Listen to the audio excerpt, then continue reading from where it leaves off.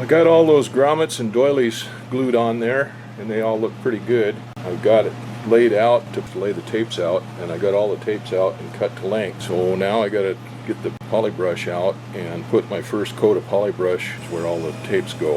I had to dig out another gallon can of polybrush. I ran out of the last can. Had just a little bit left over by the time I got done putting all these grommets and doilies on. Not near enough to put these tapes on. Put one bed down, let it cure out, put another bed down, let it cure out, and then we'll come back and put the tapes on. Hopefully I'll be able to get that done today.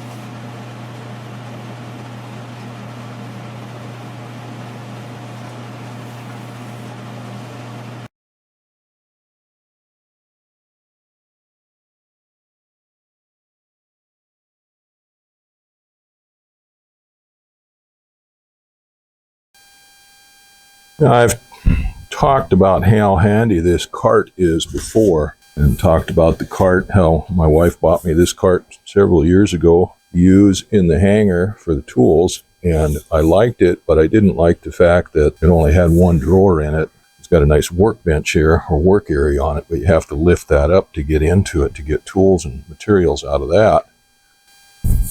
So I looked at Harbor Freight, and they had a cart bigger than this. It has more drawers in it. I think it's got,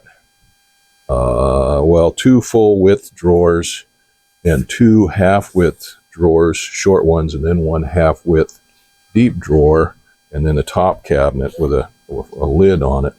Well, I wound up buying one, and I'm pretty happy with that. That works the way I'd hoped. And I noticed over the years that those Harbor Freight tool chests got to be better. In fact, a lot of the tools and stuff at Harbor Freight have improved in quality over the years, whereas a lot of the brand name stuff has deteriorated in quality over the years. A lot of the brand name tools are all the same. When you get down to them, they're made in the same factories. And anyway, these toolboxes got to be pretty nice. There's I think you'd call it a U.S. General toolbox, and they were pretty nice. So I wound up getting that one roll around for my hanger and moved this one up here to use for this, which is an ideal tool for up here. And I looked at those toolboxes over the year. Well, the one I bought, I got it on sale for $159.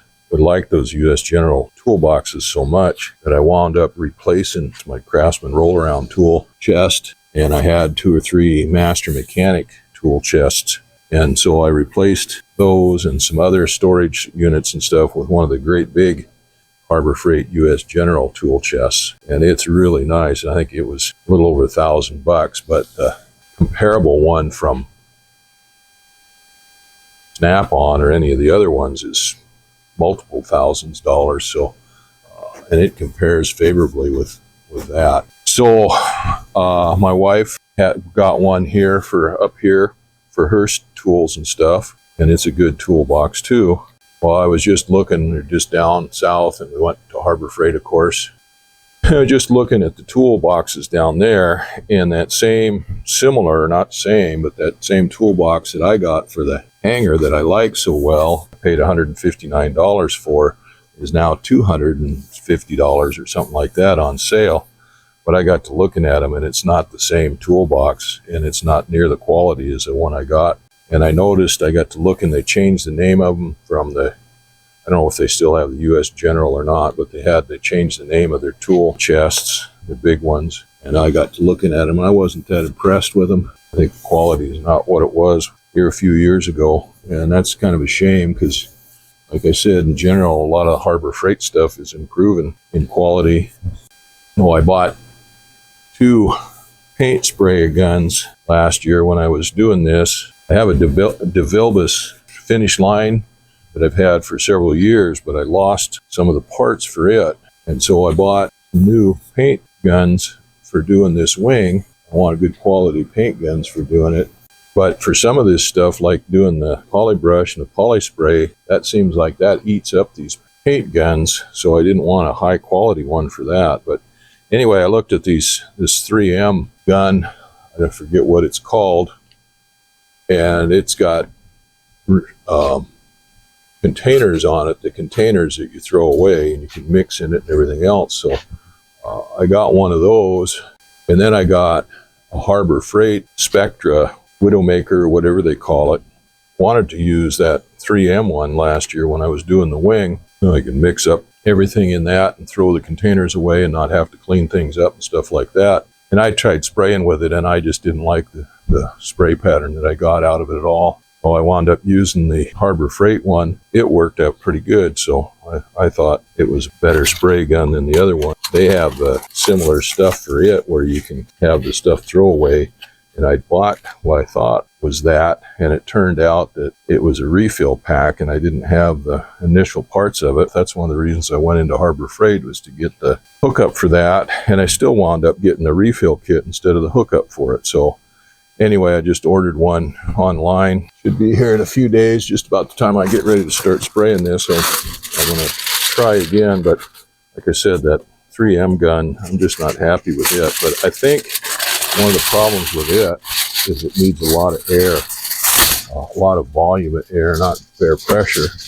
And I wasn't getting the volume of air through it. It uses low pressure. So I'm done with this for now. I got my first bed of polybrush on there. I'm going to let that stuff set up for a while, and then I'll put another bed of polybrush on there and let it set up, and then I'll start putting the tapes on. Oh, I didn't put polybrush bed on those two diagonals down there on that wing root end, but I can get those later because they just go in underneath the tape for the wing spar. They don't go underneath these finishing tapes, so that'll be all right. All right, that's enough for now. I've got all these tapes all trimmed up, nice and pretty. On the top, I've got them all ironed down, or running the iron across all of them. Got them all nice and flat, and they're nice and smooth. All the lumps and bumps and everything are all out of them. So now the next thing to do is to try to match these tails up. The tails here of the strips of the tapes where they made up back here on the trailing edge. And what I've got is a piece of cardboard here. This is just a piece of cardboard off of a soda pop case, soda pop half case, I guess. Case used to be 12 now, or 24. Now there's stupid 10s, 12s, or all kinds of things. Anyway, that's beside the point. I just have this little, real thin piece of cardboard I got cut, and I'll take it and I'll match up the tail end, the trailing edges of these tapes here, and they go down, and I'll make the cut to match them up where the seam will be covered up by the tape that goes here on this false bar. See, that makes a nice matched up seam right there like that.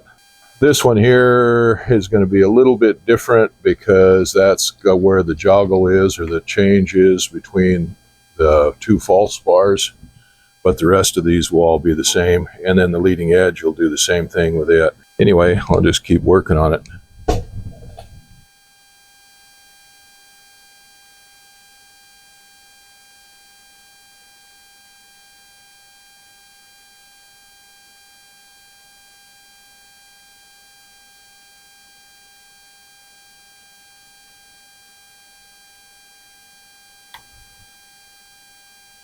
And once I get all these all done, then I can come along and glue these all down. You're right in my way, cat. You're right in my way. Yes, you are. I gotta get over here. Come on, out of the way. Out of the way, kitty, kitty. That's it. Out of the way. All right, that's the trailing edge here. So I'll just go ahead and do the same thing on the leading edge, but I think I might go ahead and take some of this real thin Polybush MEK mixture that I've got that I was soaking my brushes in. Just coat that stuff with that and make them a little bit easier to cut so they don't have any fraying on them when I cut them like that one did. All those finishing tapes on the ribs are all mated up. Then I had places here underneath these hinges where I'd split the fabric to get down over the top of the hinges. So where the split is on there, I took another piece of finishing tape and fitted up underneath there and glued them all in there to cover that up. And then these will all be covered up with finish tape over the trailing edge, or over the false bars here when they're ready, and over the leading edge. So the next step is to put these finishing tapes over the wing spars. I've got to wait for my son to come out here, I guess, and help me snap a chalk line to get the lines where those finishing tapes are going to go. I'll wait for these rib finishing tapes to finish curing up here on the leading edge and the false bars here where I mated them up, and then I can come back with iron and take all the wrinkles and stuff out of those, get them finished up before we tape over the top of them. I guess I'll take a break for a little while, wait for my son to get here.